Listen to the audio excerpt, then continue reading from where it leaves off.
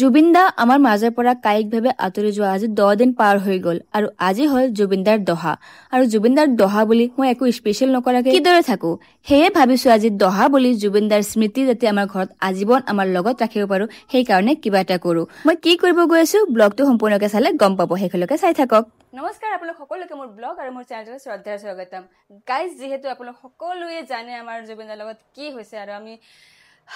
গোটেই অসমবাসী একেবাৰে মানে দুখত আছে একেদিন আৰু আজি হ'ল জুবিনদাৰ দহা কাম কৰা হ'ব আজি কাৰণ আজি 10 দিন হৈ গ'ল দাদাক স্মৃতি আজীৱন লগত ৰখাৰ কাৰণে মানে মই কেইজোপামান গছ পুলি আনিম ভাবিছোঁ নাহৰ পুলি ৰুম এতিয়া নাৰ্চাৰীত যাম চাওঁ নাৰ্চাৰীত পাওঁ নে নাপাওঁ আৰু গাইজ মই আজি ব্লগটো অসমীয়াত কৰি আছোঁ কাৰণ আজিৰে পৰা মই ব্লগ কেৱল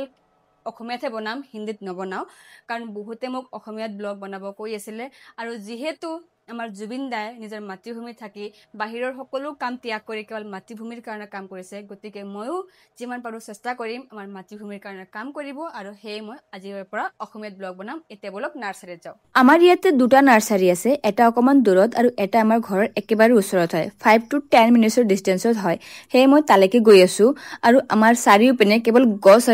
আৰু এতিয়া মই গৈ আছোঁ খৰাগাঁও নাৰ্চাৰীত এতিয়া ট্ৰাফিকত ফচি আছোঁ আৰু ইয়াতে দেখিলোঁ ডাব আছে বহুত চ' এটা লৈ লওঁ ইয়াতে দুটা ডাব 100 টকা লৈছে আৰু ভিতৰত একেবাৰে নাৰিকল হোৱা নাই কেৱল পানীহে আৰু গৰমৰ দিনত নাৰিকল পানী খোৱাটো বহুত ভাল আমাৰ স্বাস্থ্যৰ পক্ষে সঁচা কথা ক'বলৈ গ'লে মই ৰাতিপুৱাৰ পৰা একোৱে খোৱা নাছিলো সেয়ে নাৰিকলটো খাই ললো চ' গাইজ মই আহি পালো এখন নাৰ্চাৰী আমাৰ ঘৰৰ কাষতে হয় বোলক ভিতৰত গৈ চাওঁ মোৰ নাহৰ পুলি ল'বলৈ বহুত ইচ্ছা চাওঁ পাওঁ নে নাপাওঁ ইয়াতে বহুত ধুনীয়া দুটা গৰু দেখা পালো এনেকুৱা লাগিছে যেন সিহঁতেও জুবিনদাৰ কথাহে আলোচনা কৰি আছে আৰু এইখন নাৰ্চাৰীত বহুত ধৰণৰ গছ পুলি পোৱা যায় ফুল হওক ফল হওক আৰু বিভিন্ন ধৰণৰ গছ সকলোবোৰ পোৱা যায় আৰু বহুত কম দামতে পোৱা যায় যিহেতু আমাৰ জুবিনদাই গছ বহুত ভাল পাইছিলে প্ৰকৃতিৰ লগত তেওঁৰ যেন এক বেলেগ সম্পৰ্ক আছিলে আৰু ময়ো গছ বহুত ভাল পাওঁ সেয়ে নাহৰ পুলি বিচাৰি আছো কাৰণ জুবিনদাই কৈছিলে ঘৰত নাহৰ গছ থাকিলে তোমালোকে মোক সেই নাহৰ গছত বিচাৰি পাবা নাহৰ পুলি ল'বলৈ আহিছিলো কিন্তু ইয়াতে গোটেইবোৰ নাহৰ পুলি শেষ হৈ গ'ল কাৰণ জুবিনদাৰ স্মৃতি বুলি সকলোৱে নাহৰ পুলি লৈ গ'ল কিন্তু ইয়াতে বহুত লাল চন্দন আছে ৰঙা চন্দনবোৰ আছে ইয়াৰে পৰা মই ৰঙা চন্দন এজোপা লৈ যাওঁ আৰু চাওঁ কি গছ আছে ইয়াতে চাওক বহুত ধৰণৰ গছ পুলি থৈ দিয়া আছে আৰু এই নাৰ্চাৰীটো বহুত ডাঙৰ এৰিয়াৰ হয় ইয়াতে আপুনি যি পুলি বিচাৰে তাকে পাব কেৱল নাহৰহে নাই এতিয়া কাৰণ সকলোৱে নাহৰ লৈ গ'ল যি কি নহওক বেলেগ পুলি লৈ লওঁ কাৰণ আমাৰ মৰমৰ জুবিনদাৰ সকলো গছে প্ৰিয় আৰু জুবিনদাক ভাল পায় যদি সকলোৱে গছ লগাওক চ' গাইজ মই ইয়াতে 3জোপা পুলি ললো এয়া হ'ল আপোনাৰ কৃষ্ণচূড়া এইজোপা হ'ল বকুল আৰু এইজোপা হ'ল ৰঙা চন্দন এনেদৰে গছ আৰু কৰ্মৰ মাজেৰে মই জুবিনদাক সদায় মোৰ মাজত জীয়াই ৰাখিবলৈ চেষ্টা কৰিম এতিয়া মই ঘৰত যাওঁ আৰু সোনকালে গছ পুলি কেইজোপা ৰুই দিব লাগিব সঁচাকে জুবিনদাই শিকাই থৈ গ'ল যে প্ৰকৃতিৰ মাজতহে সঁচা মৰম বিচাৰি পোৱা যায় এতিয়া মই বজাৰত গৈ আছো কাৰণ জুবিনদাৰ এখন ধুনীয়া ফটো ফ্ৰেম বনাব লাগিব কাৰণ ঘৰত লগাব লাগিব চ' ইয়াতে মই লিখি আছো যিটো আমাৰ দাদাক কৰি থৈ গৈছে মোৰ কোনো জাতি নাই মোৰ কোনো ভগৱান নাই মই মুক্ত মই কাঞ্চনজংঘা আৰু মই জুবিনদাৰ এইখন ফটো চিলেক্ট কৰিছো কাৰণ এইখন ফটো জুবিনদা বহুত ধুনীয়া লাগিছে আৰু আমাৰ জুবিনদা এনেও বহুত ধুনীয়া বহুত মৰম লগা হয় হয়নে নহয় ৰাইজ কওকচোন চ' গাইজ ফটোখন ৰেডি হৈ গ'ল এতিয়া বলক ঘৰত যাওঁ ঘৰত গৈ মই আপোনালোকক দেখুৱাই আছো চ' গাইজ মই ঘৰত আহি গ'লো এইখন ফটো বহুত ধুনীয়া হৈছে আৰু এনেও আমাৰ জুবিনদা দেখিবলৈ বহুত বেছি মৰম লগা হয়নে মই ফটোখন পিছত দেখুৱাই আছো প্ৰথমতে বলক আমি গছ পুলিকেইটা ৰুই দিওঁ এইখিনি মাটিতে আমাৰ দেউতা যোৱা 2 দিন আগতে ভেন্দিৰ গুটি পেলাইছে সেইকাৰণে মাটিখিনি বহুত কোমল হৈ আছে আৰু ইয়াৰ ওচৰতে মোৰ দোকানখনো আছে ইয়াতে লগাই আছো কাৰণ মই সাহস পাম জুবিনদাৰ মোৰ ওচৰতে থকা যেন লাগিব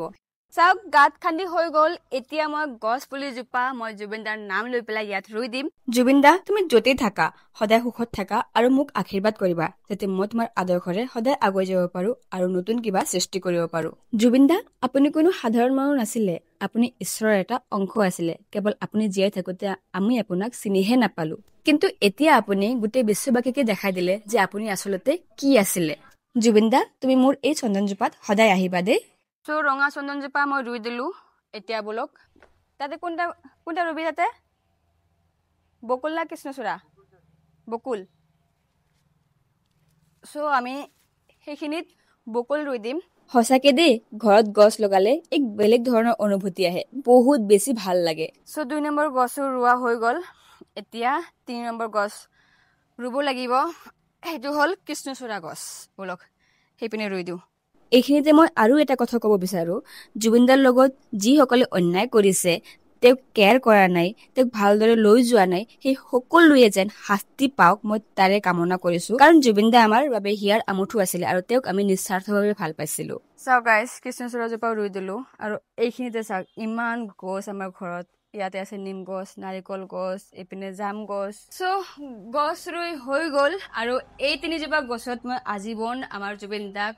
সাঁচি ৰাখিম। তেওঁৰ আত্মা চিৰজীৱন গছজোপাত থাকিব। আৰু এতিয়া মই আপোনালোকক দেখুৱাম ফটোখন কেনেকুৱা হৈছে, বলক। গাইজ, ফটোখন ইমান ধুনীয়া হৈছে, এবাৰ চাই লওক। ইমান ধুনীয়া লাগিছে আৰু মই ইয়াতে লিখিছোঁ জুবিনদাৰ বহুত ভাল লগা এটি কথা, যি সঁচা বাস্তৱত ৰূপায়ণ কৰি থৈ গ'ল। মোৰ কোনো জাতি নাই, মোৰ কোনো ভগৱান নাই, মই মুক্ত, মই কাঞ্চনজংঘা, জয় জুবিনদা।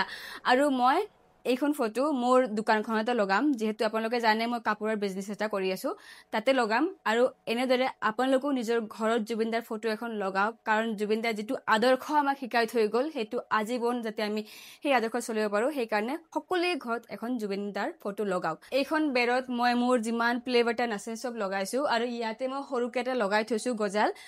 যেন মই নেক্সট কিবা এটা লগাব পাৰোঁ। কিন্তু ইয়াতে মই জুবিনদাৰ ফটো আঁৰিম মই কেতিয়াও ভবা নাছিলোঁ। সেই এইখিনিতে মই জুবিনদাৰ ফটোখন আঁৰিম আৰু সদায় তেওঁৰ আদৰ্শ চলিব চেষ্টা কৰিম। আমি আমাৰ নতুন প্ৰজন্মক গৌৰৱেৰে ক'ব পাৰিম, হয়, আমি জুবিন যুগৰ মানুহ, আমি জুবিন দেশৰ মানুহ। চাওক, এতিয়া ইমান ধুনীয়া লাগিছে। মই কেতিয়াও ভবা নাই যে ইয়াত মই জুবিনদাৰহে ফটো আঁৰিম। আৰু এটা কথা, মানে যিহেতু মই গুৱাহাটীত পঢ়িছিলোঁ, তেতিয়া মই চব আপাৰ আছামৰ ফ্ৰেণ্ড চাৰ্কল আছিলে, তো সিহঁতৰ লগত কথা কওঁতে আপাৰ আছামৰ ভাষা অকণমান আহি গৈছে। আৰু আমাৰ ঘৰৰ যোনটো ভাষা চলে, মানে সেইটো মানে অকণমান কথিত ভাষা হয়, মানে এনকা সেনকা কেতিয়াবা ওলাই যাব পাৰে। চ' মই চেষ্টা কৰিম যিমানখিনি পাৰোঁ মই ঘৰৰ কথিত ভাষাটোতে মই ব্লগ বনাব চেষ্টা কৰিম, কাৰণ ওলোটা পোলোটা হৈ যাব পাৰে। কাৰণ মই গোটেইকেইটা ভাষা কওঁ, যাৰ যেনেকুৱা ভাষা লাগে, মানে আমি অকণমান ৰাজবংশী ষ্টাইলৰ ভাষা কওঁ, মানে ইগ' সিগ' কওঁ। চ' সেইবোৰ ওলাই আহিব পাৰে, চ' আপোনালোকে এডজাষ্ট কৰি ল'ব। আৰু চবেই জুবিন গাৰ্গৰ ফটো নিজৰ ঘৰত লগাওক আৰু জয় জুবিনদা সদায় মনত ৰাখিব, তেওঁৰ আদৰ্শ। চ' আজিৰ ব্লগটো আমি ইয়াতে সামৰোঁ। দেখা পাম নেক্সট ব্লগত। তেতিয়ালৈকে আপোনালোকে মোৰ চেনেলটো ছাবস্ক্ৰাইব কৰি ৰাখক। জয় জুবিনদা, জয় আই অসম।